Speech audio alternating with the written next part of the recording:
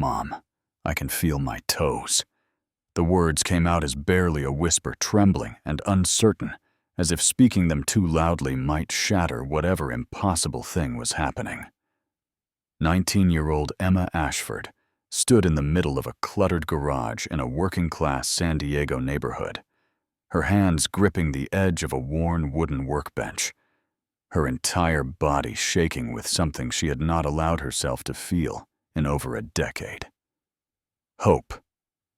Victoria Ashford, CEO of a billion-dollar biotechnology empire, a woman whose face had graced the covers of Forbes and Fortune, whose name commanded respect in boardrooms across 3 continents, dropped to her knees on the oil-stained concrete floor.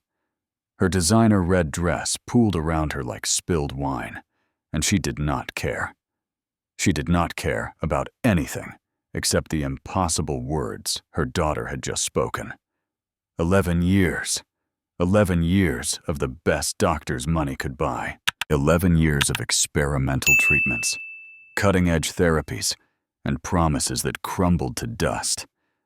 11 years of watching her daughter retreat further and further into resignation, accepting a fate that no mother should ever have to witness. And now, her daughter's miracle had come from a mechanic in a run-down garage, a single father with grease under his fingernails, and a promise to a brother who was no longer alive to see it fulfilled. But before we witness this moment of impossible joy, we need to go back. Back to a warm Thursday morning 3 months earlier, when none of them knew that their lives were about to collide in ways that would change everything forever. The garage sat wedged between an aging industrial zone and a row of modest houses that had seen better decades. The kind of neighborhood where people worked with their hands and knew their neighbors' names and did not expect much from the world except a fair chance to earn an honest living. The smell of motor oil hung permanent in the air, mingling with hot metal and the salty Pacific breeze that drifted in from the ocean, just a few miles west. Nathan Cole had spent nearly his entire adult life within these concrete walls that had cracked with time and weather, surrounded by tools that had passed through 3 generations of coal men before him. He was 38 years old, though the gray threading through his dark hair and the permanent exhaustion in his kind eyes made him look older. His hands were calloused from years of work, scarred in places from accidents and near misses, but they moved with a precision and gentleness that seemed almost impossible given their roughness. On this particular Thursday morning, he was bent over the exposed engine of a 19 pickup truck that belonged to Mrs. Patterson, from 2 streets over, a widow who could not afford a new car and could not afford to be without one. Nathan had told her he would fix it for the cost of parts only, same as he always did for neighbors who were struggling. Perched on an overturned bucket near the workbench, watching her father with the intense concentration of a surgeon observing a complex operation, sat 7-year-old Lily Cole. She had her mother's dark eyes, the ones Nathan still saw in his dreams sometimes, and her Uncle Ryan's stubborn chin that jutted forward when she was thinking hard about something. Her small hands were folded in her lap, and she had not taken her gaze off her father's work for the past 20 minutes. "Daddy, why do you always talk to the engines?" Nathan smiled without looking up, his fingers continuing their careful work on a corroded fuel line. "Because they tell me what is wrong if I listen carefully enough, sweetheart. Every machine has its own voice, its own way of saying what hurts and what needs fixing. You just have to pay attention." Lily considered this with the gravity that only a 7-year-old could bring to a philosophical question. She tilted her head to the side, her dark ponytail swinging. "Can you hear what is wrong with people too?" Nathan's hands paused for just a moment, hovering over the engine. It was such a simple question, asked with such innocent curiosity, but it landed somewhere deep in his chest, where he kept the things he did not talk about. the promise, the guilt, the brother he could not save, and the wife he had lost too soon. "Sometimes, sweetheart," he said softly, returning to his work. "Sometimes, if we pay close enough attention, we can see what other people miss. We can hear what someone needs, even when they cannot say it out loud." "Is that a superpower?" Nathan chuckled, finally looking up at his daughter with a warmth that transformed his tired face. "Maybe. A small one. Not the kind that gets you into movies, but the kind that lets you help people when they need it most." Lily nodded seriously, filing this information away with all the other important things her father had taught her. Then she perked up her attention, suddenly caught by something outside the garage's open bay door. Her eyes went wide with excitement. "Daddy, look, it is a princess car." Nathan straightened up and wiped his hands on a rag that had long since given up any pretense of cleanliness. The sound reached him before he turned around a purr of an engine so smooth and expensive that it seemed almost offensive in this neighborhood of dented sedans and pickup trucks held together by prayer and duct tape. A black Bentley was pulling up outside his garage, its polished surface reflecting the California morning sun like a dark mirror. Something shifted in Nathan's chest, an instinct he had learned to trust over years of reading machines and people alike. This was not a customer looking for a cheap oil change or a desperate neighbor with a car that would not start. This was something else entirely. "Stay inside, Lily," he said quietly. "Let me see what they need, but Daddy, it is so pretty. Can I just look at it?" "You can look from here, sweetheart. Just stay in the garage for now." "Okay." Lily nodded reluctantly, but her eyes remained fixed on the gleaming vehicle as it came to a stop just outside the bay door, and Nathan walked toward it with a strange certainty building in his gut that whatever was about to happen would matter. He could not have explained how he knew this. He just did. "Before we continue, please tell us where in the world you are watching from. We love seeing how far our stories travel." The driver's door opened first, and a man in a formal black suit stepped out with the practiced efficiency of someone who had spent years performing this exact action. He moved around to the rear passenger door and opened it with a slight bow.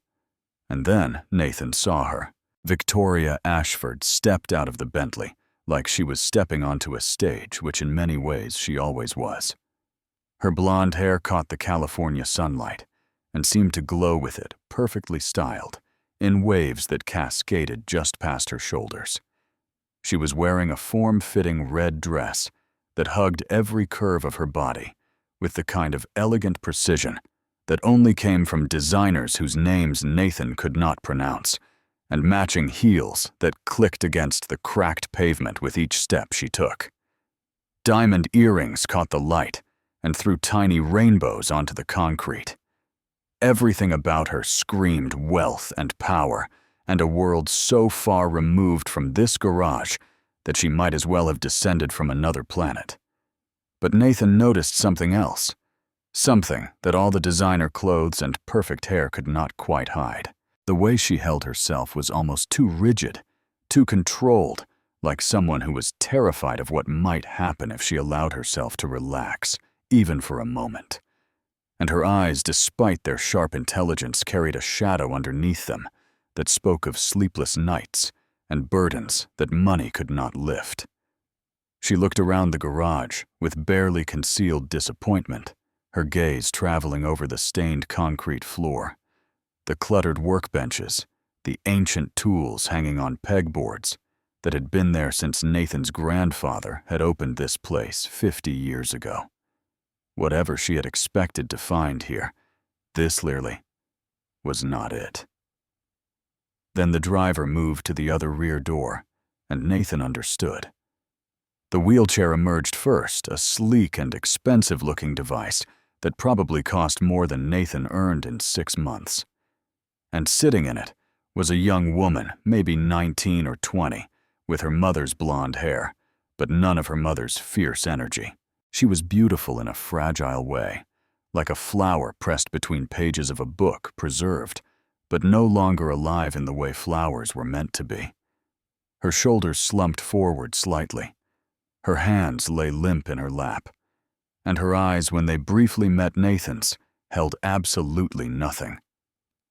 No curiosity, no hope, no anger. Just the flat acceptance of someone who had stopped expecting anything from the world a long time ago. Victoria approached Nathan with the confident stride of a woman who was used to commanding attention in rooms full of powerful people, but he noticed the way her fingers kept straightening, invisible wrinkles in her dress, the way she glanced back at her daughter every few steps, as if afraid the girl might disappear. "I am sorry to bother you," she said, and her voice carried the practiced warmth of someone who had delivered countless speeches and presentations, but rarely had actual conversations. "Our car developed some kind of engine problem on Pacific Coast Highway. My driver managed to get us this far, but he says it needs professional attention before we can continue." Nathan nodded slowly, his eyes moving past Victoria to the Bentley, and then to the young woman in the wheelchair, who had not moved or spoken or shown any sign that she was aware of what was happening around her. "What seems to be the issue?" Victoria shook her head, a small furrow appearing between her perfectly shaped eyebrows. "I am afraid I do not know much about cars." There was a strange noise, and then some kind of warning light appeared on the dashboard. My driver thought it might be the transmission, but he is not certain. "I can take a look," Nathan said. "Might take an hour or two to diagnose properly, though. You are welcome to wait inside if you would like. It is not fancy, but there is a couch, and I can make coffee." Victoria hesitated, clearly weighing the discomfort of waiting in a run-down garage against the inconvenience of finding alternative arrangements. She glanced back at her daughter again, and something in her expression shifted, a kind of desperate tiredness that she quickly suppressed. "That would be fine, thank you. I am Victoria Ashford, and this is my daughter Emma. Nathan Cole." He wiped his hand on his jeans before extending it, suddenly aware of the oil and grime that had become a permanent part of his skin. "Let me show you inside." As he led them through the garage toward the small attached office space where he and Lily lived, Nathan found his attention repeatedly drawn to Emma. Not because of her beauty, and not because of the wheelchair, but because of something else entirely. The way she sat in the chair, the angle of her spine, the slight grimace that crossed her face when the wheelchair rolled over a small bump in the concrete floor. He could see the edge of a metal brace beneath her loose-fitting blouse, a medical device designed to support her spine and help with mobility. It was clearly expensive and clearly state-of-the-art. And to Nathan's trained eye, the eye of a man who had spent years learning to see what others missed, it was clearly wrong. Not broken, not malfunctioning, just wrong for this particular body. Wrong for the way Emma naturally held herself, the way her weight distributed, the way her muscles had compensated over years of adaptation. It was like seeing a perfectly good engine installed in a car it was never designed for. Everything technically worked, but nothing worked well. Nathan filed this observation away and said nothing. It was not his place to comment. He was a mechanic, not a doctor. And these people were just passing through his life, a temporary inconvenience caused by car trouble, nothing more. But his eyes kept returning to that brace, to the discomfort in Emma's posture, to the resignation in her expression. And somewhere deep in his memory, he heard his brother's voice from a hospital bed 5 years ago, weak and fading, but still determined. "Promise me," Ryan had said. "If you ever get the chance, help people like me. Do not let them lose hope the way I did." Nathan pushed the memory aside and focused on being a good host. He showed Victoria and Emma to the small living area, apologized for the clutter of Lily's toys and his own books, and went to examine the Bentley. But even as his hands worked on the unfamiliar luxury engine, his mind kept wandering back to that brace and the young woman wearing it. Lily, ever curious, had planted herself in the doorway between the garage and the living area, watching the visitors with undisguised fascination. She looked at Emma's wheelchair with the straightforward curiosity of a child who had not yet learned that some things were supposed to make people uncomfortable. "Why are your legs broken?" Lily asked, because 7-year-olds did not know how to be indirect. Nathan started to call out a correction, but Victoria was faster. "Lily, that is not an appropriate question to ask someone you just met." But Emma spoke for the first time since arriving, her voice flat and tired. "They are not broken. They just do not work anymore." Lily considered this with the same seriousness she brought to all important matters. "Oh, that is sad. But my daddy can fix anything. Maybe he can fix your legs too." Victoria stiffened visibly, a flash of something like pain crossing her carefully composed face. "Lily, sweetheart, some things cannot be fixed. Emma has the best doctors in the world helping her." But Lily had already lost interest in the adults' conversation, her attention caught by a butterfly that had wandered into the garage. She ran off to chase it, leaving behind a silence that seemed to press against the walls. Nathan watched Victoria's face in the reflection of the Bentley's polished surface, watched the way she struggled to reassemble her composure, watched the way she looked at her daughter with a mixture of love and guilt, so intense it seemed to radiate from her like heat. And he wondered, not for the first time in his life, what kind of burden this woman was carrying, that even all her money and power could not ease. He turned back to the engine and lost himself in the familiar work, but his mind would not stop returning to Emma's brace, to the angle of her spine, to the simple observation that had occurred to him the moment he had seen her. Someone had built that brace for a generic problem. But Emma was not generic. No one was. And that, Nathan thought, was what everyone had missed. To understand what happened next, you need to understand who Nathan Cole really was and how he came to be the man standing in that garage on that particular Thursday morning. Because the truth is, Nathan was carrying a weight that would have crushed most people, a grief that had become so familiar. It felt like a second heartbeat, always there, always reminding him of what he had lost and what he had failed to save. 7 years ago, Nathan's wife, Sarah, had died giving birth to Lily. The pregnancy had been complicated from the beginning, but Sarah had insisted on carrying to term despite the doctor's warnings. She had wanted this baby more than anything in the world, and she had been willing to risk everything to bring her into it.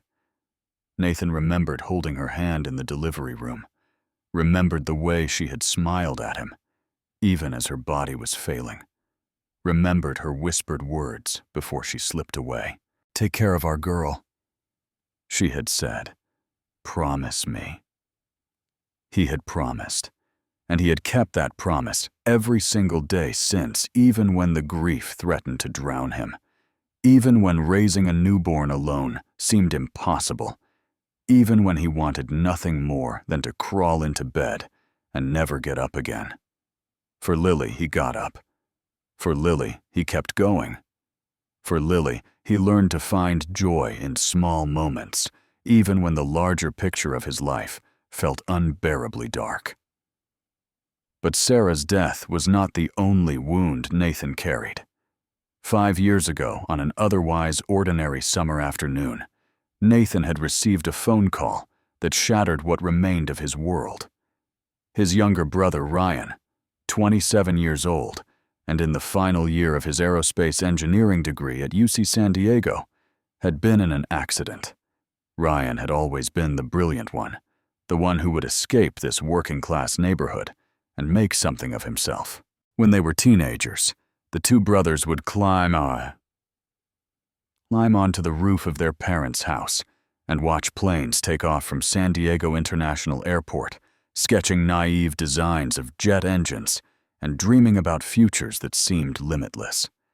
Nathan was good with his hands, good with machines, but Ryan was good with ideas, with mathematics, with the kind of thinking that could change the world.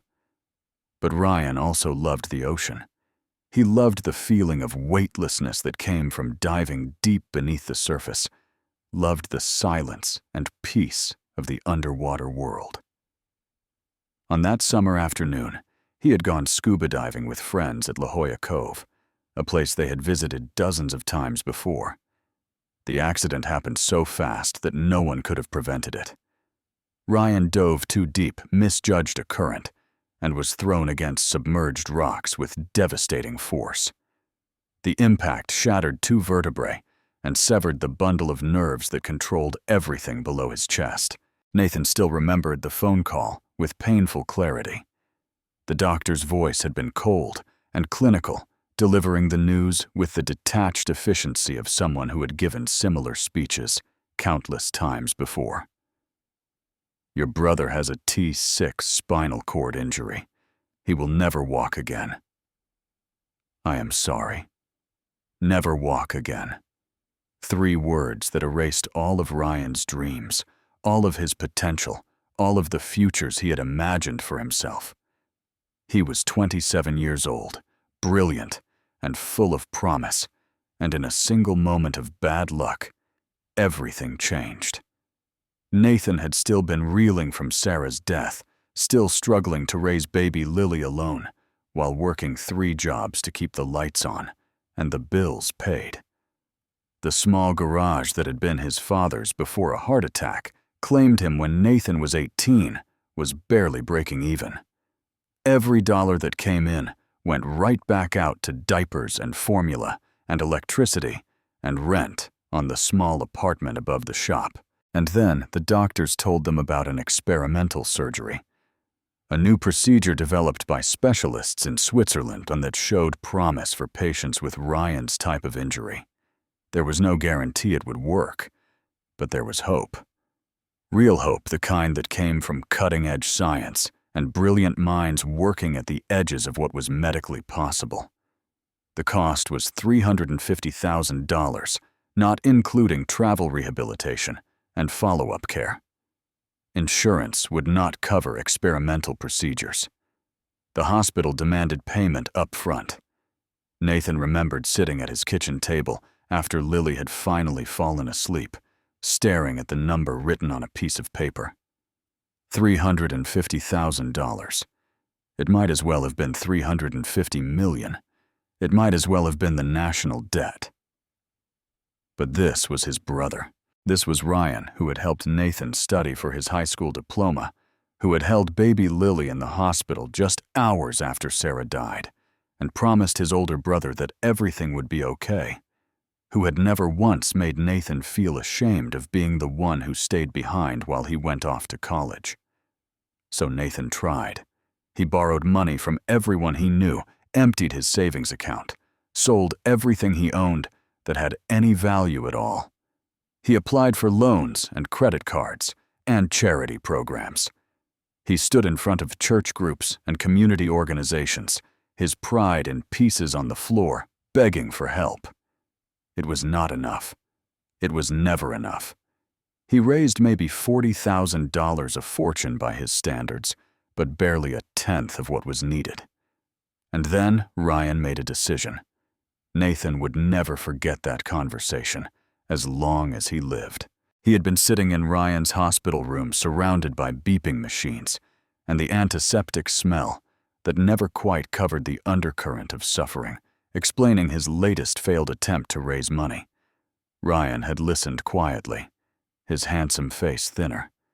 Now his eyes dimmed, but still holding that familiar warmth. "Stop," Ryan had said finally, and the single word carried more weight than any speech could have. "Nathan, you have to stop." "I cannot," Nathan had protested, his voice breaking. "I cannot just give up on you. You are not giving up on me." Ryan's smile was the saddest thing Nathan had ever seen. You are taking care of your daughter. You are keeping yourself alive and healthy so that little girl has a father. That is not giving up. That is being exactly the man I always knew you were. But the surgery there is still time. I can figure something out. There is no more time. Ryan reached out and took his brother's hand, his grip weaker than it should have been, and even if there was, I cannot let you destroy yourself trying to save me. Lily needs you more than I need to walk again. Nathan had broken down then, sobbing in his brother's hospital room, all the grief and exhaustion and helplessness of the past years pouring out of him in an uncontrollable flood. Ryan had held his hand through all of it, steady and patient, being the strong one, even though he was the one trapped in a body that would never fully work again. I will be okay. Ryan had promised. I will figure out how to live with this, and you will figure out how to be an amazing dad. That is enough, Nathan.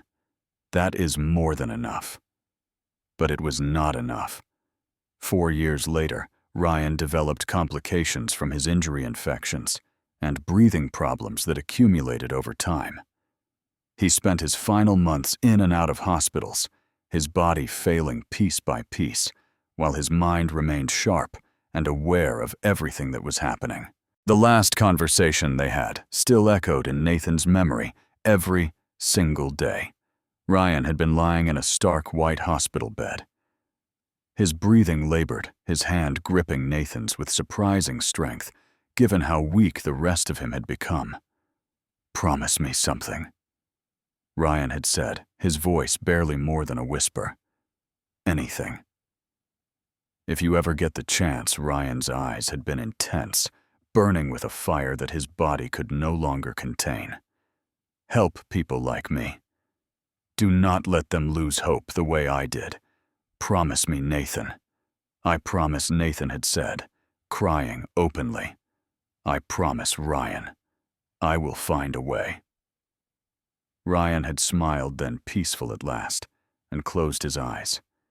He died 3 hours later, holding his brother's hand. From that day forward, Nathan's life had taken on a new shape, a new purpose. After Lily fell asleep each night, he would return to the garage not to work on cars, but to learn. He accumulated textbooks on biomechanics and orthopedic engineering. He watched hundreds of hours of YouTube videos, listened to podcasts, read medical journals that he barely understood at first, but slowly began to decipher. He studied the mechanics of the human body with the same intensity he had once brought to engines and transmissions, seeing the similarities that others missed. The human body was a machine, the most complex and beautiful machine ever created, but still a machine. It had moving parts and pressure points and centers of balance. It could be understood, analyzed, and with the right tools repaired. Nathan had no medical degree. He had no formal training in anything beyond auto repair. But he had the hands of a gifted mechanic and a mind that could see patterns where others saw chaos. And he had a promise to keep. The garage slowly transformed into something more than just a repair shop. Tucked away in corners and hidden in drawers were Nathan's secret projects. Experimental braces and supports, designed according to principles that medical textbooks would have rejected, but that Nathan's intuition insisted were right. He had never actually used any of them on a real person. The legal implications alone were terrifying, and besides, who would trust their body to a mechanic? But he kept building, kept learning, kept preparing for the day when the chance his brother had spoken of might finally arrive. And then, on an ordinary Thursday morning, a Bentley pulled up outside his garage. While Nathan worked on the Bentley's engine, discovering that the problem was a relatively simple sensor malfunction that had triggered a cascade of warning lights, Victoria Ashford sat in his small living room and tried not to see the things that surrounded her. Toys scattered across the floor, evidence of a childhood being lived. Photographs on the walls showing Nathan and Lily at various ages smiling and happy, despite the obvious modesty of their circumstances. A well-worn copy of Goodnight Moon sitting on an end table, its pages soft with hundreds of readings. Signs of love everywhere she looked, the kind of unpolished, unpretentious love that did not require money or status or achievement. It was everything her own home was not. Victoria had built an empire. Starting from a small biotech startup 20 years ago, she had grown Meridian Biotech into California's leading corporation in regenerative medicine and gene therapy. Her name appeared on Forbes lists and at TED Talks and in academic journals that cited her company's groundbreaking work. She had shaken hands with presidents, dined with royalty, and commanded rooms full of the most powerful people in the world. But all of that prestige, all of that success, all of those billions of dollars had proven completely powerless against the one thing that mattered most. Victoria closed her eyes and tried to push away the memories, but they came anyway. They always did, especially when she looked at her daughter. 11 years ago, on an August evening at Pacific Beach, 8-year-old Emma had been learning to surf. She had been a fearless child, then full of energy and confidence and joy.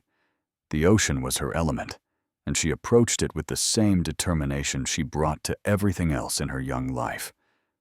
Victoria had enrolled her in lessons, had bought her the best equipment, had done everything a good mother was supposed to do, except pay attention when it mattered most. That evening, Victoria had been sitting on the sand with her phone in hand, dealing with a crisis related to a $200 million acquisition that had been months in the making. The emails were urgent. The decisions could not wait. She was the CEO, and the company needed her, and she had handled countless emergencies while also being present for her daughter's activities. "Mom, look at me." Emma had called out from the waves, her small voice barely carrying over the sound of the surf. Victoria had waved without lifting her head from her phone. "I see you, sweetheart. Be careful." But she had not seen. She had been typing a response about profit margins and shareholder concerns, while her daughter rode the waves that would steal her future.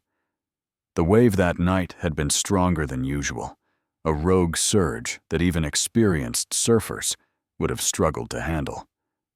Emma had been caught off guard, tumbled and thrown with terrible force. By the time Victoria looked up, having finally pressed send on that crucial email, her daughter's small body was being dragged onto the beach by a lifeguard, and she was not moving. The next hours existed in Victoria's memory as a series of fragmented images and sounds. Paramedics working over Emma's still form. The helicopter ride to the hospital. The surgeon's face grim and exhausted, explaining what had happened. T10 incomplete spinal cord injury. Significant damage to the neural pathways controlling motor function in the lower extremities. She may regain some sensation over time, but walking normally again is extremely unlikely. The word incomplete had seemed like hope at first. Incomplete meant not total. Incomplete meant there was still something to work with, still a chance, still a possibility of recovery. Victoria had clung to that word like a lifeline, pouring her considerable resources into finding the best doctors, the most advanced treatments, the most promising experimental therapies. $6 million over 11 years. Specialists from Stanford, Johns Hopkins, the Mayo Clinic, and a dozen other world-renowned institutions. Cutting-edge treatments that were supposed to stimulate nerve regeneration. Intensive physical therapy programs that left Emma exhausted and demoralized. Braces and devices and technologies that cost more than most people earned in a decade. None of it worked. Some things helped marginally. Most things made no difference at all. A few actually made things worse. And through it all, Victoria watched her daughter transform from a fearless, joyful child into a resigned, defeated young woman who had simply stopped hoping for anything better. The guilt was a physical presence in Victoria's chest, a weight she carried every moment of every day. If she had looked up from her phone just a few seconds earlier, if she had called Emma out of the water when she noticed the waves getting stronger, if she had been the mother her daughter needed instead of the CEO her company demanded. If. The word haunted her nights and poisoned her days. She had tried to make up for it in the only way she knew how, by throwing money at the problem, by finding the best experts, by never giving up the search for a cure. But Emma had stopped believing years ago, and Victoria could not blame her. How many times can hope be raised and dashed before a person simply stops hoping altogether? The red dress Victoria wore today was a kind of armor, a reminder to herself that she was still powerful, still in control, still someone who could command respect and make things happen.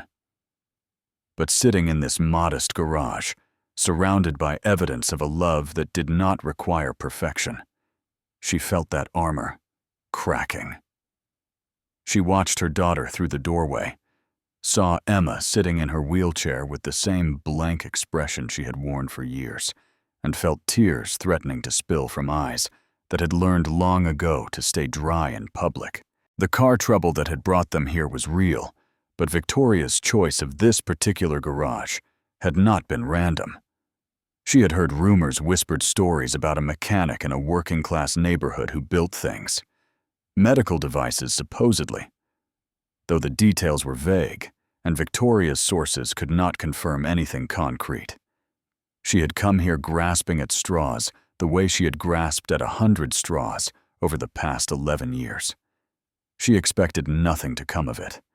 She expected to get the car fixed and drive away, and add this to the long list of dead ends she had pursued. But there was something about the way that mechanic had looked at Emma when he first saw her. Not with pity the way most people looked at her daughter, not with discomfort the way many people reacted to disability. He had looked at her with something like recognition, like he was seeing something that others had missed. It was probably nothing. It was almost certainly nothing, but a mother's hope, however battered and diminished, never completely dies. And Victoria found herself watching Nathan Cole through the window as he worked on her car, wondering what exactly he had seen when he looked at her daughter. Inside the garage, Lily had grown bored with chasing butterflies and had wandered over to where Emma sat. The little girl studied the older woman with the unfiltered curiosity of childhood, apparently unbothered by the wheelchair or the silence or any of the social conventions that usually governed such interactions. "Your hair is really pretty," Lily announced. "It is the same color as the princess in my favorite book." Emma looked at the child, and for a moment, something flickered in her eyes. Not quite warmth, but perhaps the absence of coldness. "Thank you. You are welcome." Lily climbed onto a nearby stool, bringing herself closer to eye level with Emma. "My daddy says everyone has a story. What is your story?" "I do not have a story worth telling." "Everyone has a story," Lily insisted. "My daddy says even sad stories are important because they teach us things." Emma turned away. But not before Victoria saw something crack in her carefully maintained indifference. It was the first real emotion she had seen in her daughter's face in months, and it made her heart ache with a fresh wave of guilt and hope. What kind of person was this mechanic? Victoria wondered who had raised such an observant, compassionate child. What had his life been like, and what had it cost him? She did not know yet that she was about to find out. She did not know that the answers would change everything.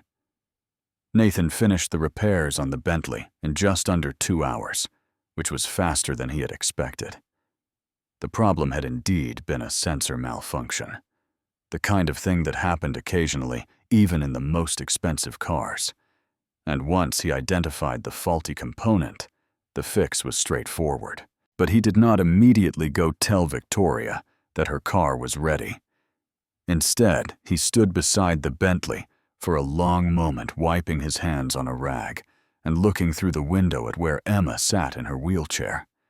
Something had been bothering him since the moment he first saw her, an itch in his mind that would not go away.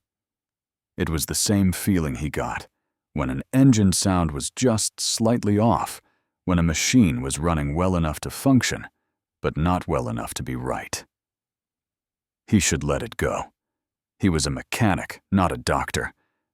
These people were wealthy beyond his comprehension, and they had clearly consulted the best medical experts in the world. Who was he to think he had noticed something that all those specialists had missed? But Ryan's voice echoed in his memory, as it did every day. Help people like me.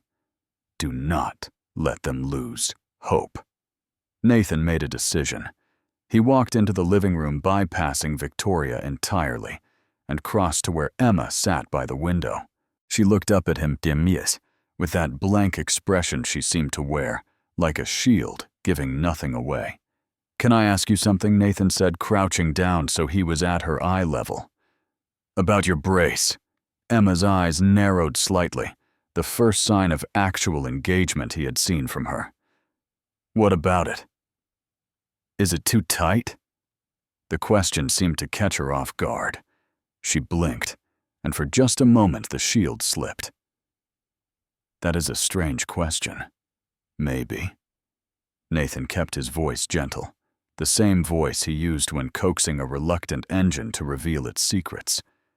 "But I have been watching you since you arrived, and you keep shifting your weight like you are trying to find a position that does not hurt.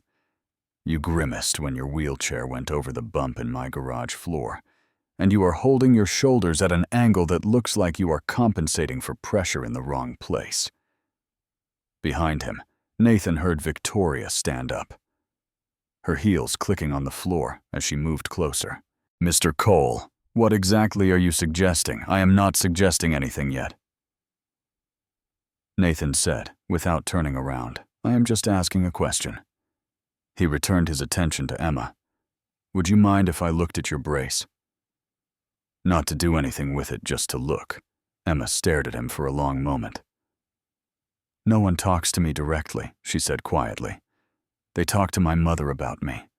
They talk around me, over me, past me. You are the first person in years who has actually asked me a question like I might have something worthwhile to say." "Then let me ask you again," Nathan said. "May I look at your brace?" Something shifted in Emma's expression, a small crack in the wall she had built around herself. "Yes, you may." Nathan turned to Victoria. With your permission, Victoria hesitated, her face a battlefield of conflicting emotions. Finally, she nodded. "But I want to understand what you think you are seeing." "That is fair," Nathan agreed. He turned back to Emma. "Can you show me where the brace sits?" "You do not have to remove anything. Just let me see how it is positioned." Emma adjusted her clothing slightly, revealing the edge of the metal and plastic device that wrapped around her lower torso and extended down to her hips. It was clearly expensive, clearly custom-fitted, clearly the product of advanced medical engineering, and to Nathan's eyes clearly wrong. He did not touch it. He just looked the way he looked at engines and transmissions and all the complex machinery that had filled his life.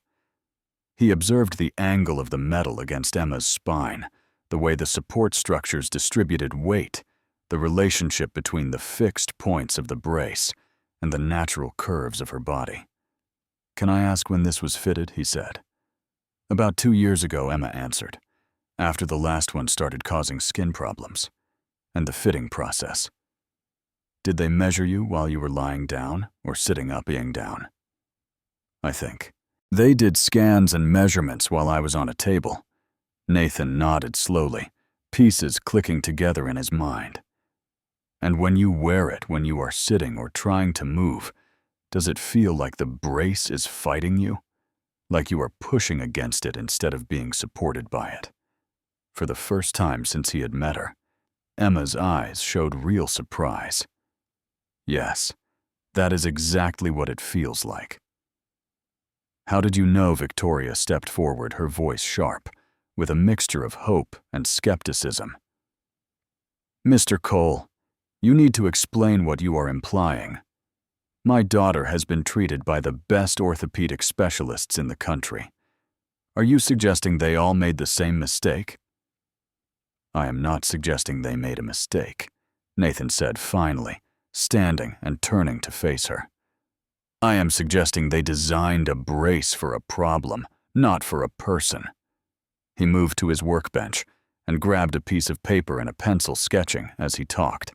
Standard medical devices are designed based on typical injury patterns. They look at what is wrong, and they create a solution that works for most people with that type of problem. But bodies are not standard. Every single person is different, and the way they compensate for an injury is different. And what they need from a support device is different. He showed them the sketch, simple diagrams of force distribution and weight bearing. Emma's injury is incomplete, right? That means some neural pathways are still functional.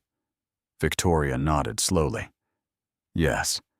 The doctor said some sensation remained and limited muscle function, which means her body has been adapting for 11 years.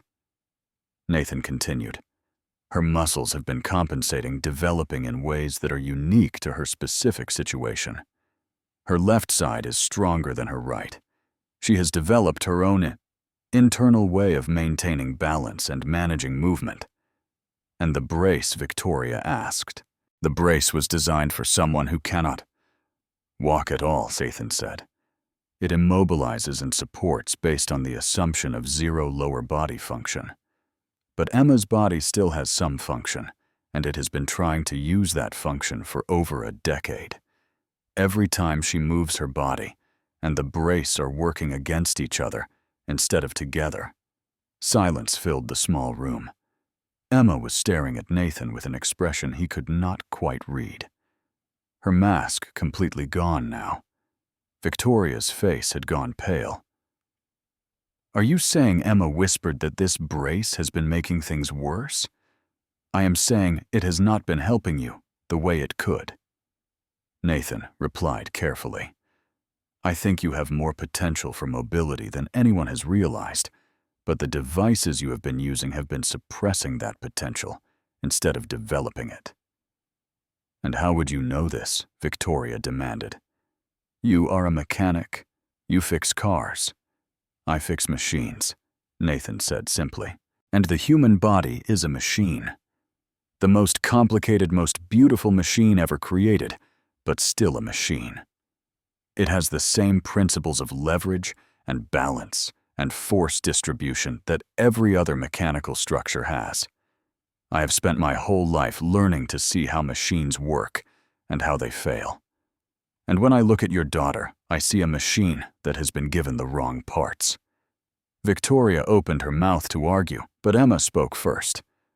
What would the right parts look like? Nathan hesitated. This was the moment of decision. He could back off now. Tell them he was just speculating, let them drive away, and forget this ever happened. But Ryan's voice was in his head. Do not let them lose hope the way I did. I could show you, Nathan said. If you are willing to let me try. Have you ever had someone see something in you that everyone else missed? Drop a comment below. You might be surprised how many people understand exactly that feeling. The conversation that followed was one of the most difficult Nathan had ever had. Victoria Ashford was a businesswoman who had built $1 billion company on her ability to evaluate proposals and identify flaws in arguments. She did not accept claims without evidence, and she had heard too many promises over the past 11 years to take anyone's word on faith. She demanded explanations. She challenged every assumption. She asked questions that Nathan sometimes could not answer because he did not have the formal medical vocabulary to describe what his intuition was telling him. But Emma was different. From the moment Nathan had asked that first simple question about her brace, something had shifted in the young woman. She was engaged now, present in a way she clearly had not been in years. She asked her own questions, describing sensations and experiences that she had never bothered to share with the expensive specialists who talked about her rather than to her. And slowly, through the back and forth of that conversation, a picture emerged. Nathan explained that standard orthopedic devices were designed based on average measurements and typical injury patterns, which meant they worked reasonably well for most patients, but optimally for almost no one. For someone with an incomplete spinal injury like Emma's, this was especially problematic because the standard approach assumed total loss of function below the injury site. But Emma still had some function. Her left leg could bear limited weight. Certain muscles in her lower body still responded to nerve signals, just not strongly enough to support normal walking. For 11 years, these residual capabilities had been ignored by devices designed for someone who had none. "I cannot promise anything," Nathan said, for what felt like the 100th time. "I am not a doctor. I cannot guarantee results. What I can do is build you a brace designed specifically for your body, for the way you move, for the function you still have. It might help, it might not, but I believe it is worth trying." "And you would do this for free?"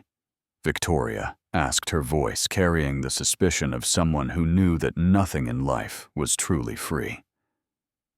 Why Nathan was quiet for a moment, looking at the photograph of Ryan that sat on his workbench, visible through the doorway.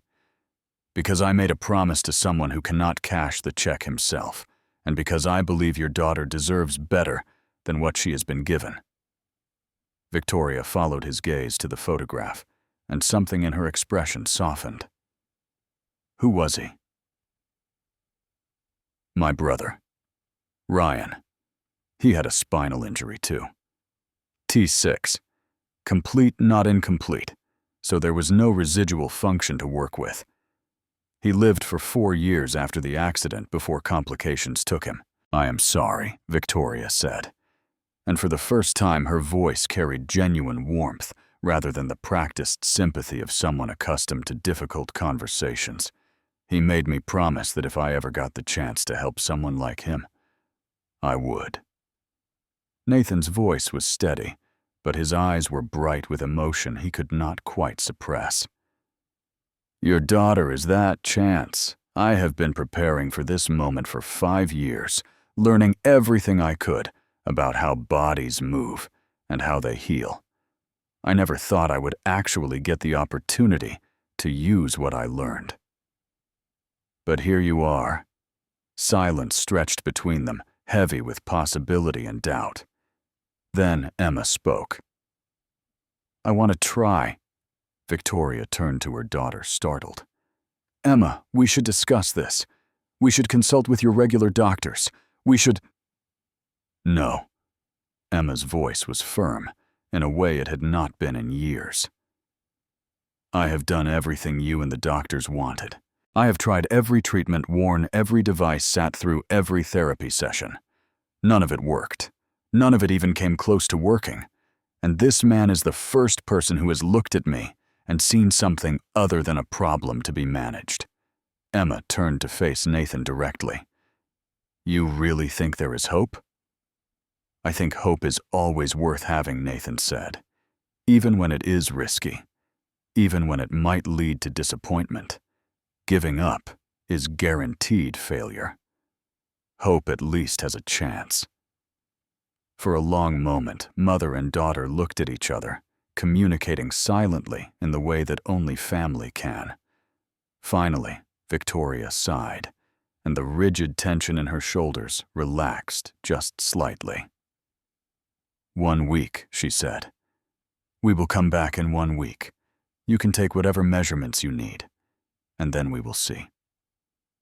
Nathan nodded, not allowing himself to feel the surge of excitement that threatened to overwhelm him. 1 week. That is enough time. As Victoria and Emma prepared to leave the Bentley, now running perfectly, Lily appeared in the doorway. "Are you coming back?" she asked Emma. "I want to show you my dollhouse. And my dinosaurs. Do you like dinosaurs?" Emma looked at the small, earnest face and felt something crack open in her chest. "I do not know much about dinosaurs," she admitted. "That is okay," Lily beamed. "I will teach you everything. And my daddy will help you walk, and then you can play with me properly. Will that not be fun?" Emma could not help it. She smiled. It was small and tentative and clearly unpracticed, but it was real. Yes, that would be fun. As the Bentley pulled away from the garage, Nathan stood watching until it disappeared around the corner. Then he turned back to his workshop, to the books and notes and half-finished projects that had been waiting for this moment. 1 week to design something revolutionary. 1 week to keep a promise 5 years in the making. He got to work. The week that followed was unlike any Nathan had experienced since Ryan's death. He worked with an intensity that bordered on obsession. Sleeping only when exhaustion made it impossible to continue eating, only when Lily insisted on sharing her meals with him.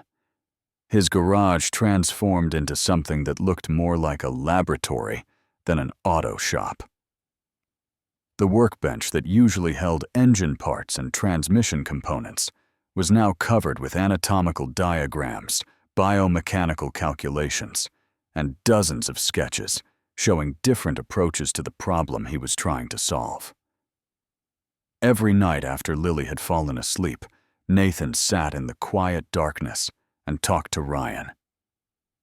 "I think I understand now," he said, his voice barely above a whisper. "Why you could not find hope, even when everyone was telling you to keep fighting. It is not that hope was impossible. It is that everyone was looking at you through the wrong lens. They saw your injury, and they tried to fix your injury. But you were not just an injury. You were a person who happened to have an injury, and that is a completely different problem." He picked up the photograph of his brother studying the face he would never see again. Emma is the same way. Everyone has been so focused on her spinal damage that they forgot it. She is not her spinal damage. She is a human being with a body that has been adapting and compensating for 11 years. Her body already knows how to work around the injury. It just needs the right support to do what it has been trying to do all along. The design came together piece by piece, each component refined through countless iterations, until it was exactly right. The frame would be titanium strong enough to provide real support, but light enough not to restrict movement. The joints would be adaptive, allowing natural motion in all directions, while still maintaining stability. The padding would be positioned based on Emma's specific pressure points, not the standard pressure points assumed by medical textbooks. But the most important innovation was invisible: the philosophy behind the design. Standard braces worked by restricting movement and providing rigid support. Nathan's design would work by enabling movement and providing responsive support, supporting Emma's body in doing what it naturally wanted to do, rather than forcing it into positions decided by someone else.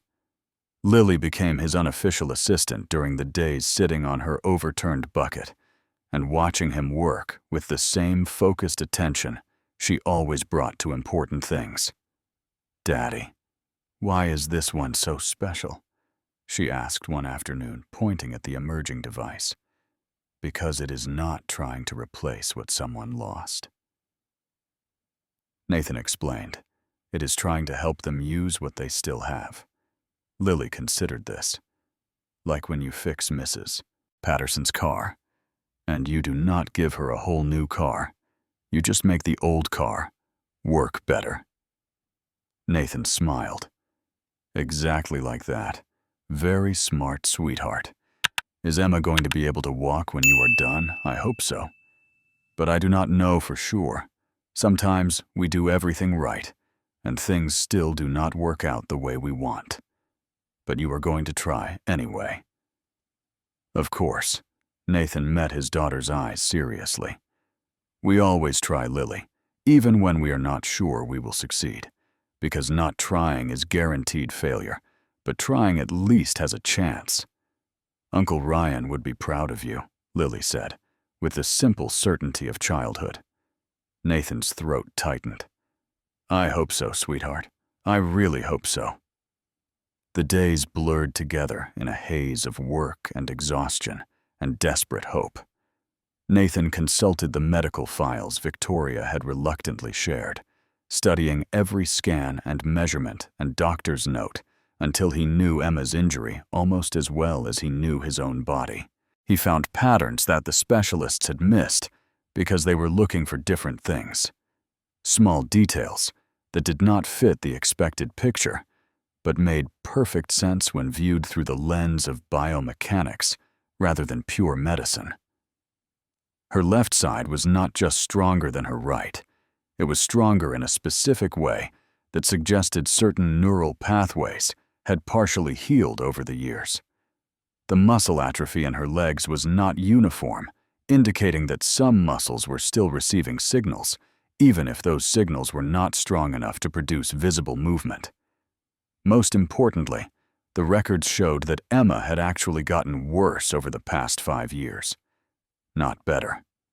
Not because her injury had deteriorated, but because the devices she had been using were actively suppressing the limited function she still had. Her body had been trying to heal, and the medical establishment had been fighting against that healing without even realizing it. By the end of the week, the brace was complete. It looked nothing like the device Emma currently wore, sleeker and more organic in its design, almost like something that had grown rather than been built. Nathan held it in his hands and felt the weight of everything it represented. This was either the fulfillment of his promise to Ryan or the biggest failure of his life. There was no middle ground. Okay, brother, he whispered, looking at Ryan's photograph one more time. Let us see if I understood what you were trying to tell me. Victoria and Emma returned exactly 1 week later, their Bentley looking as out of place as it had the first time. But something was different now. The tension between mother and daughter seemed slightly less rigid, and Victoria's expression held something that had not been there before: nervous hope. Lily was waiting for them at the garage door, practically vibrating with excitement. Emma, you came back. I have so much to show you. And Daddy finished your special helper. Do you want to see? Emma actually smiled as she was wheeled into the garage. Hello, Lily. Yes, I would like to see what your father has made. Nathan emerged from the workshop area, the new brace in his hands. He looked exhausted. Dark circles under his eyes, and several days of stubble on his face, but his expression was calm and focused. Before we do this, he said, I need to explain what this is and what it is not. This is not a cure. I cannot fix your spinal injury. What I have tried to do is create a device that works with your body instead of against it. If I am right, it should allow you to use the function you still have more effectively. If I am wrong, it will not help at all. And if it works, Emma asked. What does that look like? I honestly do not know, Nathan admitted. Maybe you will be able to stand with support. Maybe you will be able to take a few steps with a cane. Maybe you will just feel more comfortable than you do now. I cannot predict the outcome because no one has ever tried this specific approach before. Victoria stepped forward. Her businesswoman's instincts demanding more information. What makes this approach different from what she has tried before? Nathan laid the brace on his workbench and pointed to different components as he explained. Standard braces are designed to immobilize and support, based on the assumption that the patient has no useful function below the injury site. But Emma's injury is incomplete, which means she still has some neural pathways working even if they are not strong enough to produce visible movement. He traced the lines of the brace's frame. This device is designed to detect and amplify those signals instead of suppressing them. The joints are adaptive, meaning they will respond to Emma's natural movement patterns rather than forcing her into predetermined positions. The support structure shifts based on where her weight is distributed at any given moment, which means it can help her balance rather than making her fight for balance against a rigid frame. "You invented this approach yourself?" Victoria asked, and there was genuine curiosity in her voice now, not just skepticism. The principles are not new. Athletes and physical therapists have understood adaptive support for decades. What is different is applying those principles to a spinal injury patient in this specific way. The medical establishment tends to be conservative about trying new approaches because the risks of failure are high and the consequences can be severe. But they have had 11 years to help Emma, and their conservative approaches have not worked. "So you are asking us to take a risk that professionals have been unwilling to take," Victoria said. "I am asking Emma to take that risk," Nathan corrected gently. "It is her body. It has to be her choice." Both adults turned to look at Emma, who had been listening to the entire conversation with an expression Nathan could not quite read. "Every device I have ever worn has felt like a prison," Emma said slowly. "Like something designed to remind me of everything I cannot do." She looked at the brace on Nathan's workbench. "This one looks different, less like a cage and more like a piece of armor." "That is exactly what it is meant to be," Nathan said. "Protection and support for the function you still have, not restriction and suppression." Emma was quiet for a long moment. Then she nodded. "Let us try it." The fitting process took nearly an hour. Nathan worked with painstaking care, making tiny adjustments based on Emma's feedback, ensuring that every component was positioned exactly where it needed to be. Victoria watched in silence, her hands clasped tightly in her lap, her face a mixture of hope and terror. Lily sat on her bucket and provided commentary. "That piece looks like a dragon wing. Is that one for keeping her balanced? Daddy is really good at balance. He taught me to ride a bike without training wheels last summer." Finally, Nathan stepped back. "How does it feel?" Emma's expression was strange, almost confused. "It does not hurt. It should not hurt. That is the point." "No, you do not understand." Emma's voice was shaking slightly. "My current brace always hurts. There is always pressure in the wrong places, always something digging in or rubbing wrong. I have gotten so used to the discomfort that I stopped noticing it. But this feels like nothing. It feels like it is not even there." Nathan felt relief flood through him. That is exactly what it should feel like. The brace is meant to support you without you being aware of it, like a good suspension in a car. You should not feel the work it is doing. "Okay." Emma took a deep breath. "What happens now?" "We see if you can stand." The moment stretched out like a held breath. Nathan positioned himself on one side of Emma's wheelchair, Victoria on the other. Lily watched from her bucket, unusually quiet, sensing the importance of what was about to happen. "Take my hands," Nathan said. "We are going to help you up, but I want you to do as much of the work as you can. Do not let us lift you. Try to push yourself up."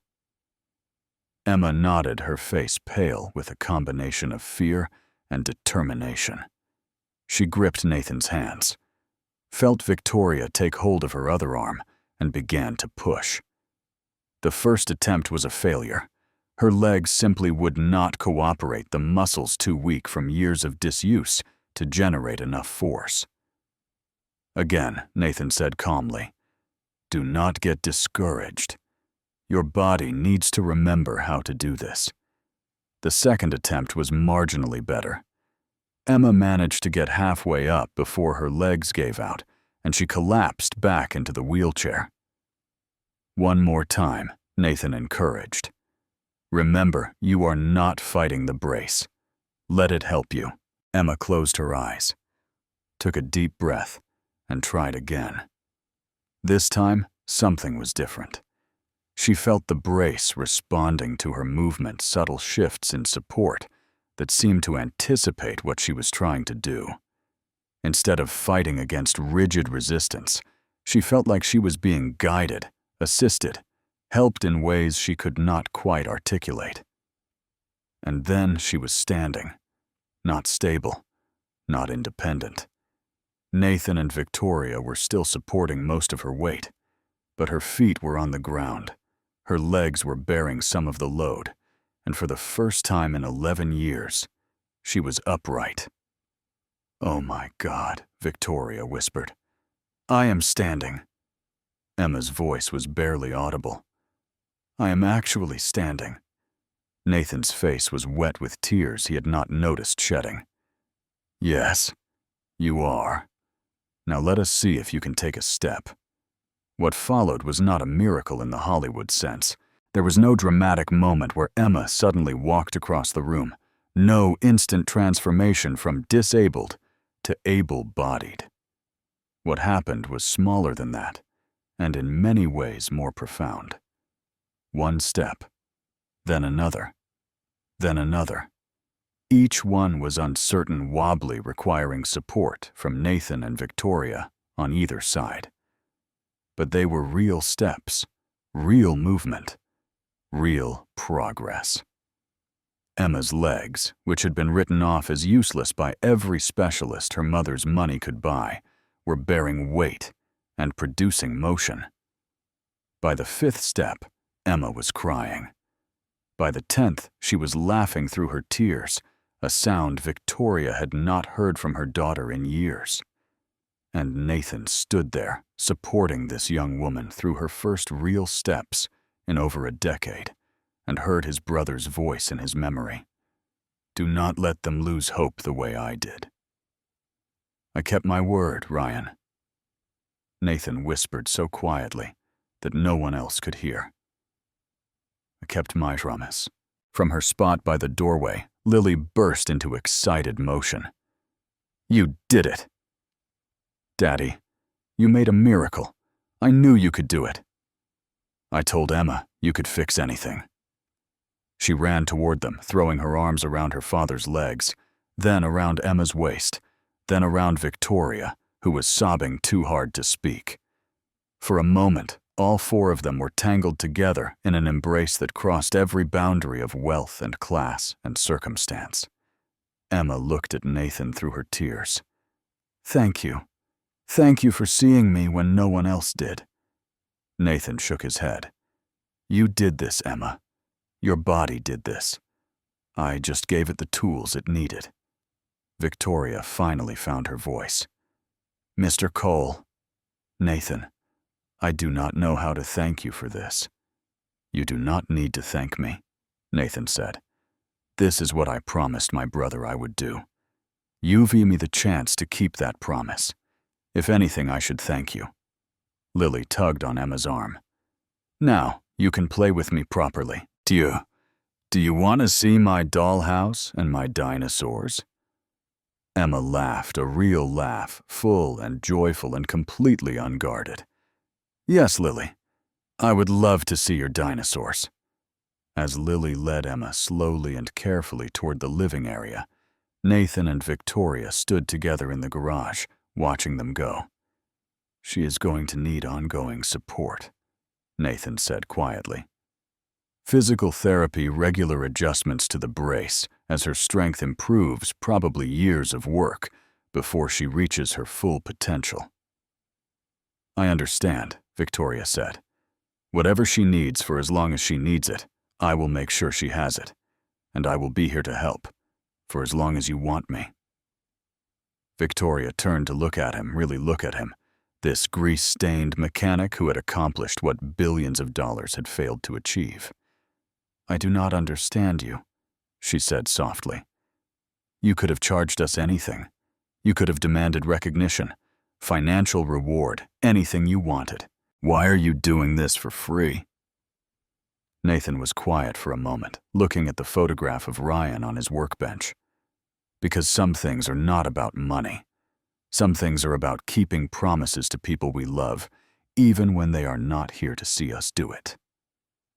My brother died believing he had no hope. I do not ever want anyone else to feel that way, if there is anything I can do to prevent it. Victoria nodded slowly.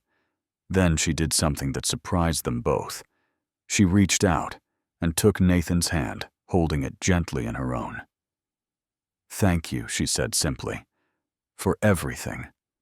If this story is touching your heart, hit that like button. Your support helps us bring more stories like this to families around the world." For one beautiful month, everything seemed perfect. Emma made remarkable progress, graduating from supported steps to walking with a cane, then occasionally walking short distances, completely unassisted. Her body, freed from the restrictions of devices that had been fighting against it for years, responded with a vitality that exceeded even Nathan's hopes. Victoria came to the garage regularly, ostensibly to monitor Emma's progress, but increasingly to spend time in the modest space that had become a second home. She found peace there that she could not find in her corporate offices or luxurious house, a simplicity that had been missing from her life for longer than she wanted to admit. Lily adopted Emma as an honorary big sister, dragging her to see every new drawing, every school project, every interesting bug discovered in the backyard.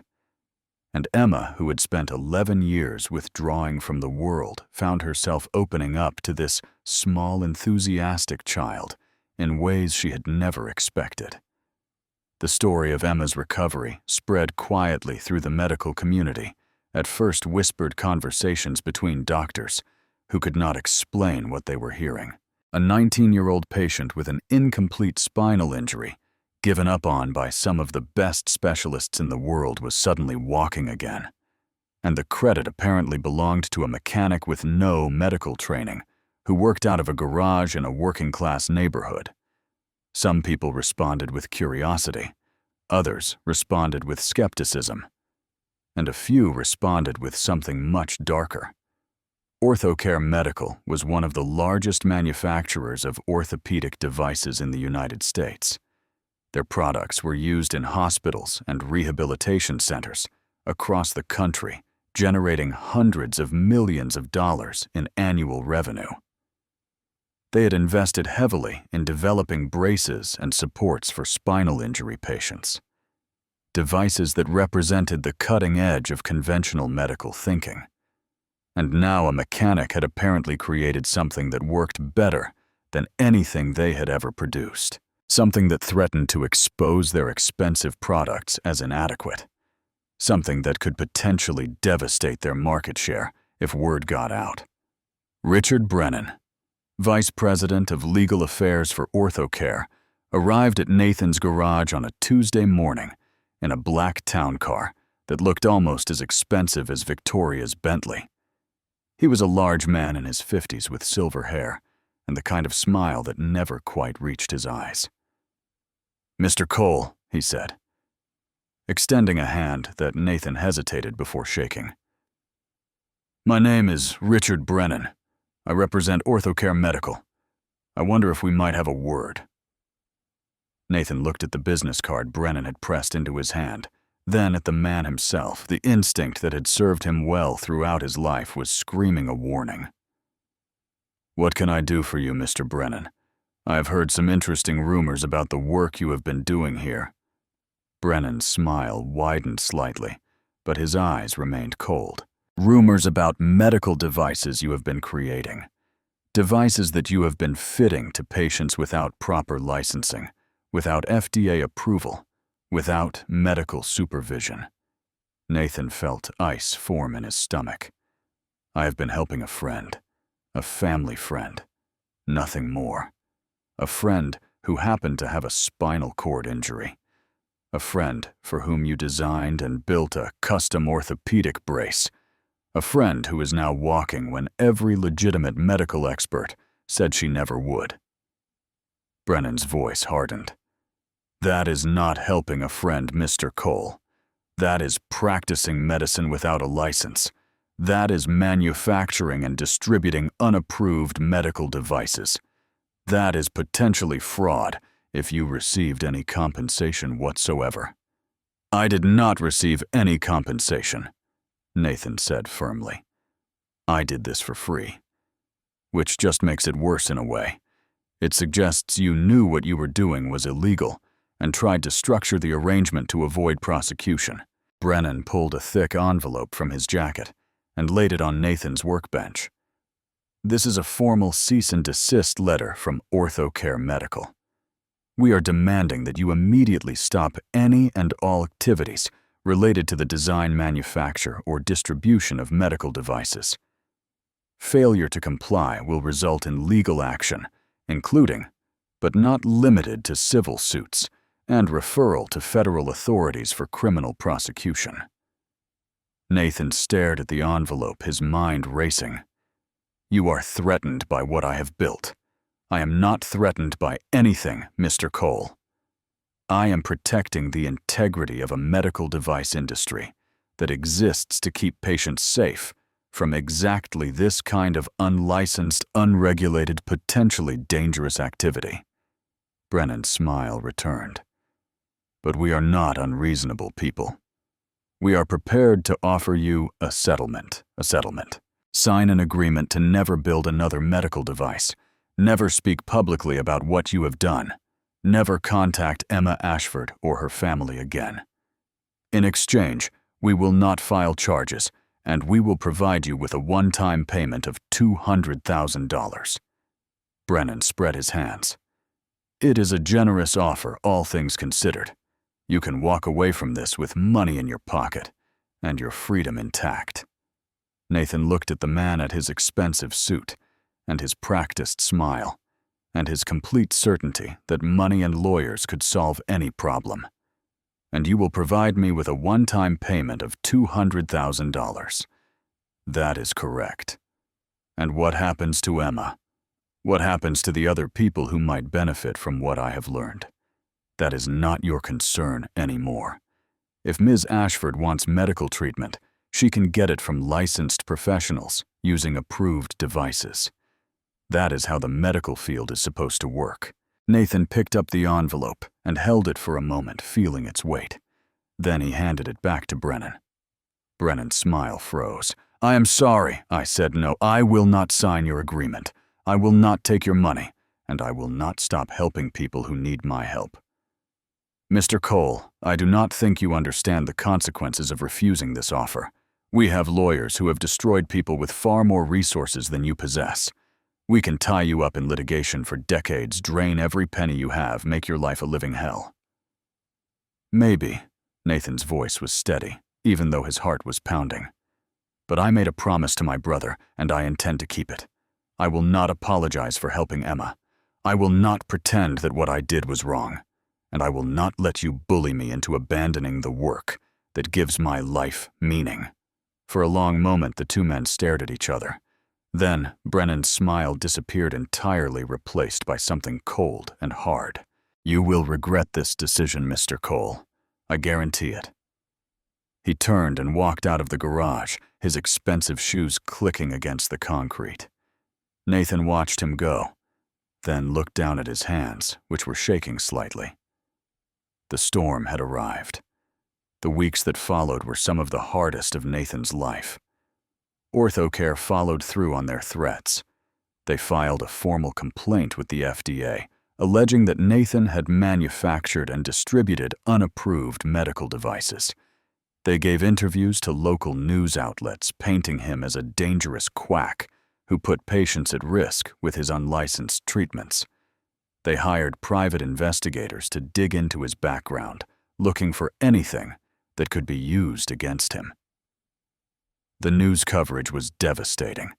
Headlines screamed about the garage mechanic who thought he knew better than doctors about the reckless amateur who endangered vulnerable patients about the fraud who should be in prison. Customers stopped coming to Nathan's garage, afraid of being associated with someone under federal investigation. His income dropped to almost nothing. Victoria offered to hire lawyers to fund his defense to use her considerable resources to fight back against OrthoCare's campaign. Nathan refused. "If I let you pay for my lawyers," he explained, "they will say I was just doing this for your money.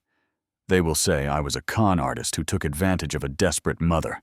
Every news story will become about the billionaire protecting her pet mechanic, instead of about whether what I did actually helped Emma." "But you cannot fight them alone," Victoria protested. "They have unlimited resources. I do not have to fight them. I just have to tell the truth and let the truth speak for itself."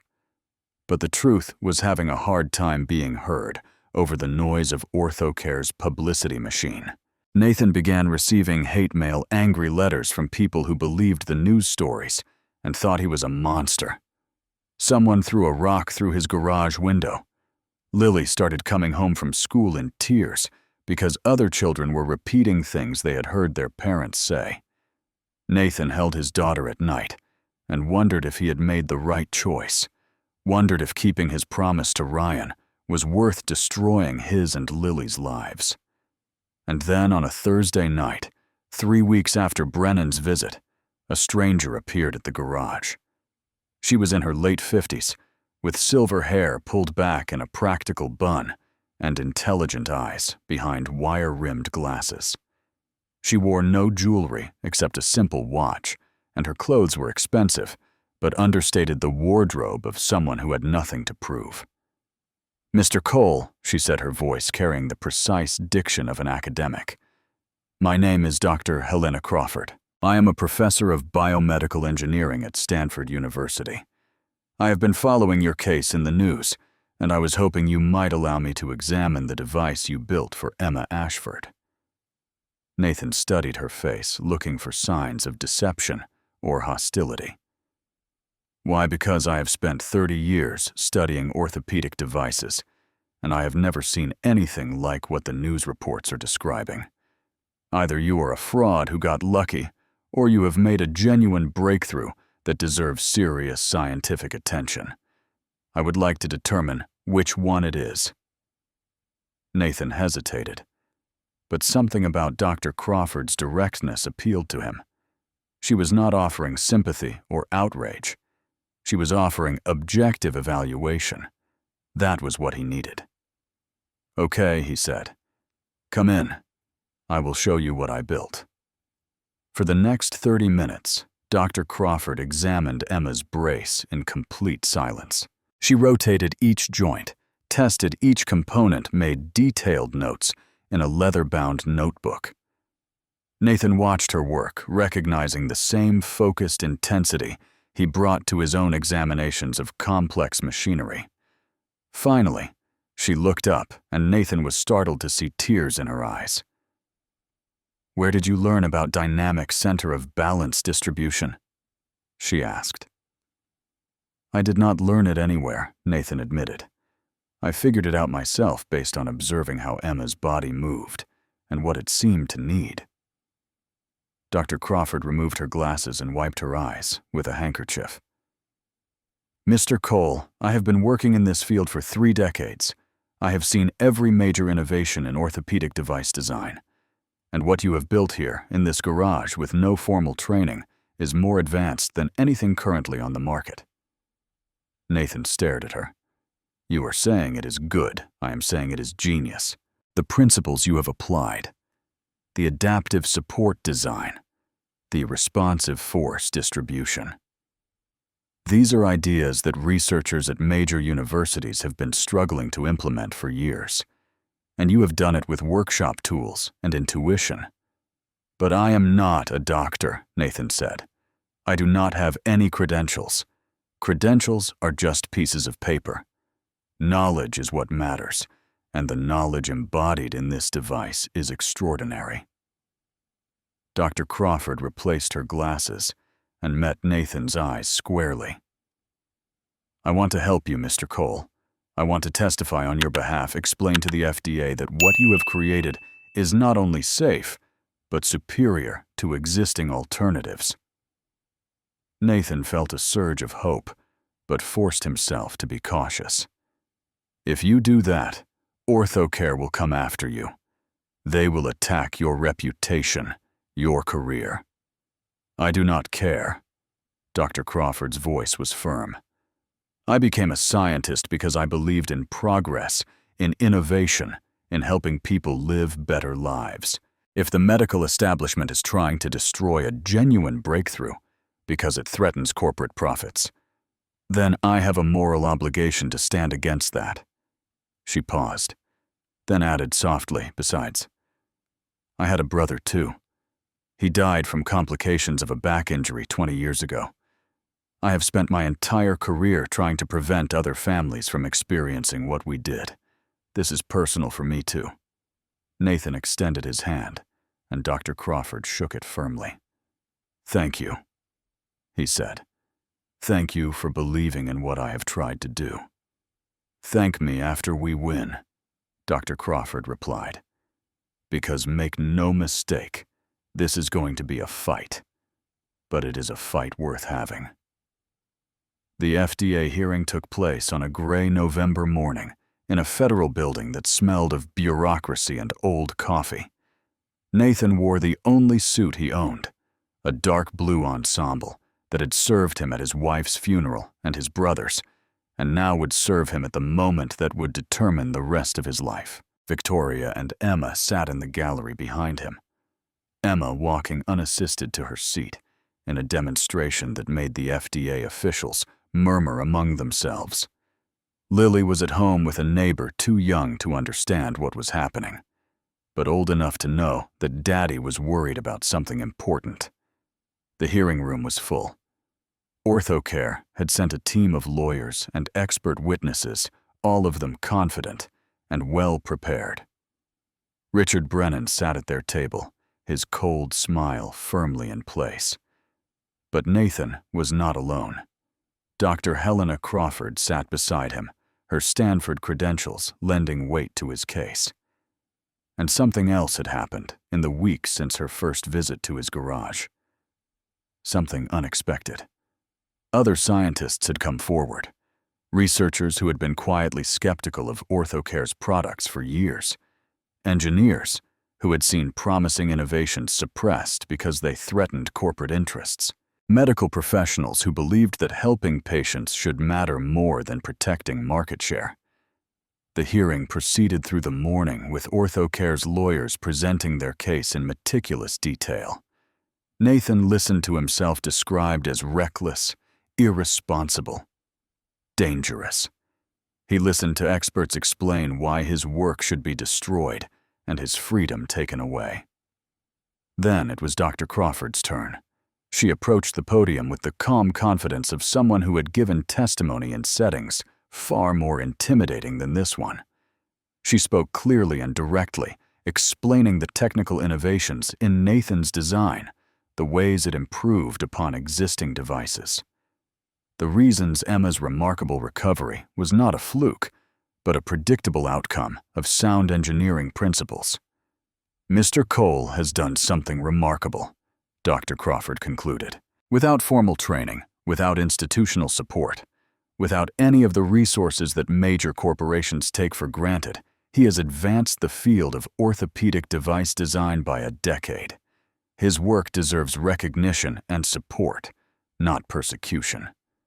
The FDA panel members asked questions, some skeptical, some curious.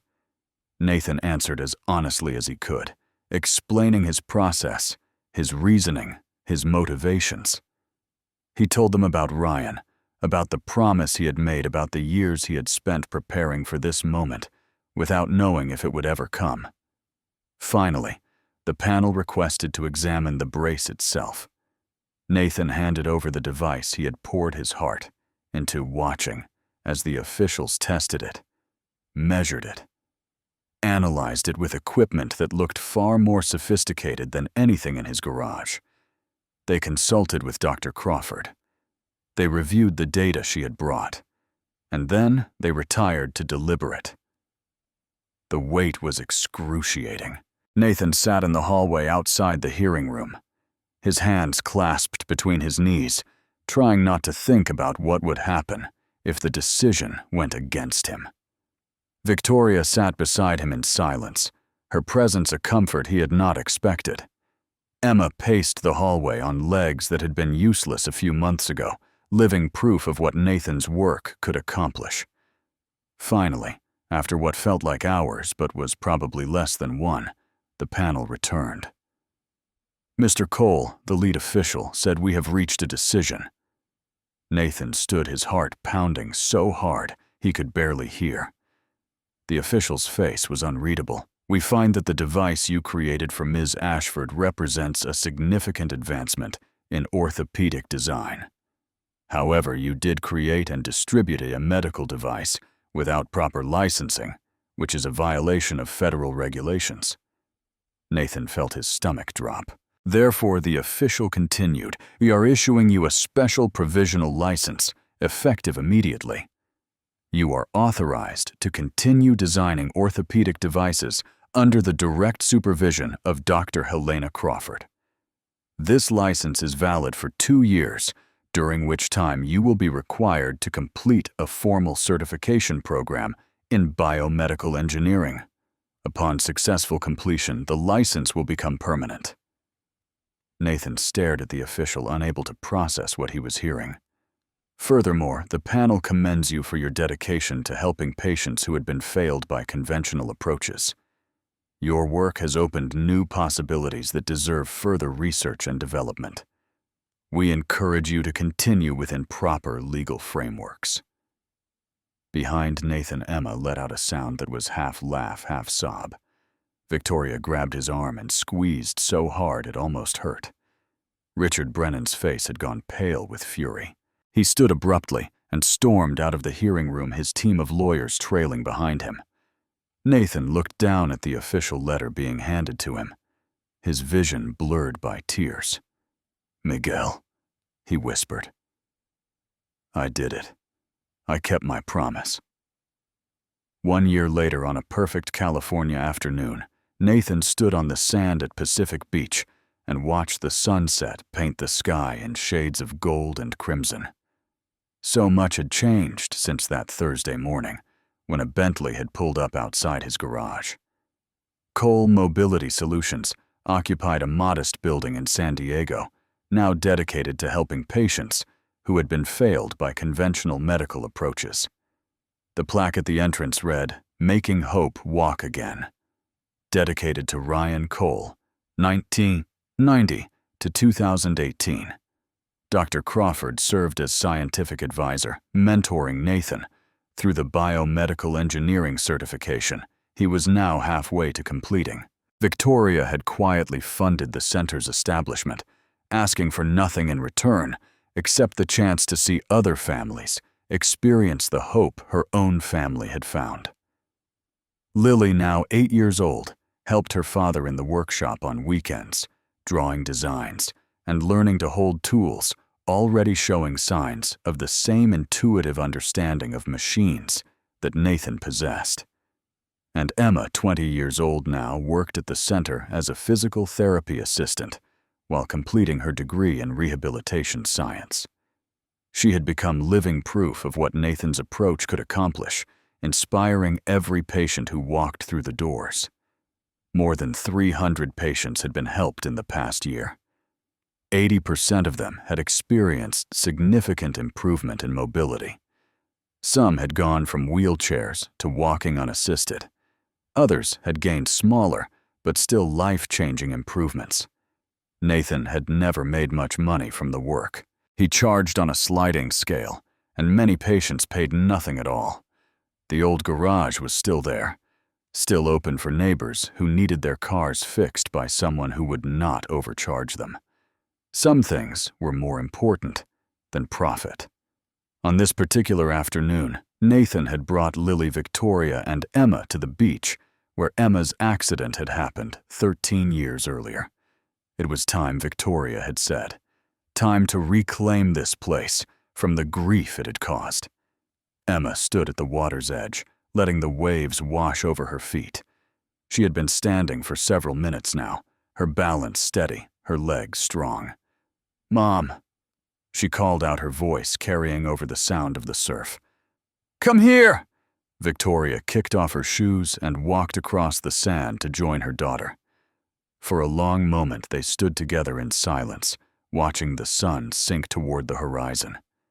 "I forgive you," Emma said quietly. "I forgave you a long time ago, but I need you to hear it now. The accident was not your fault. It was just a wave." Victoria's composure, carefully maintained for so many years, finally shattered. She pulled her daughter into a fierce embrace, sobbing with the release of over a decade of guilt. "I am sorry," she whispered. "I am so sorry I was not watching. You are watching now. That is what matters." Nathan stood back, holding Lily's hand, giving mother and daughter their moment. His own eyes were wet, but he was smiling. Daddy Lily tugged at his hand. His Uncle Ryan, watching Nathan, knelt down beside his daughter, looking up at the painted sky. "I think he is, sweetheart. I think he is very proud." "Good." Lily nodded seriously. "Because you kept your promise. And keeping promises is the most important thing in the whole world." "Yes, sweetheart. It is."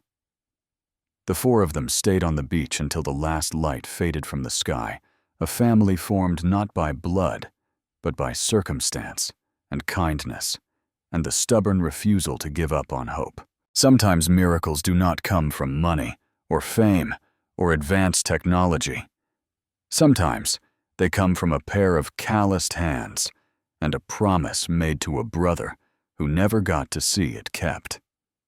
Friends, if this story reminded you that miracles do not require millions of dollars, that sometimes the hands that heal belong to people the world overlooks, please share it with someone who needs to hear that message today. Subscribe to our channel for more stories that prove ordinary people can accomplish extraordinary things when they refuse to give up. And remember, the next time you see someone struggling, really look at them. Really listen. You might be the miracle they have been waiting for.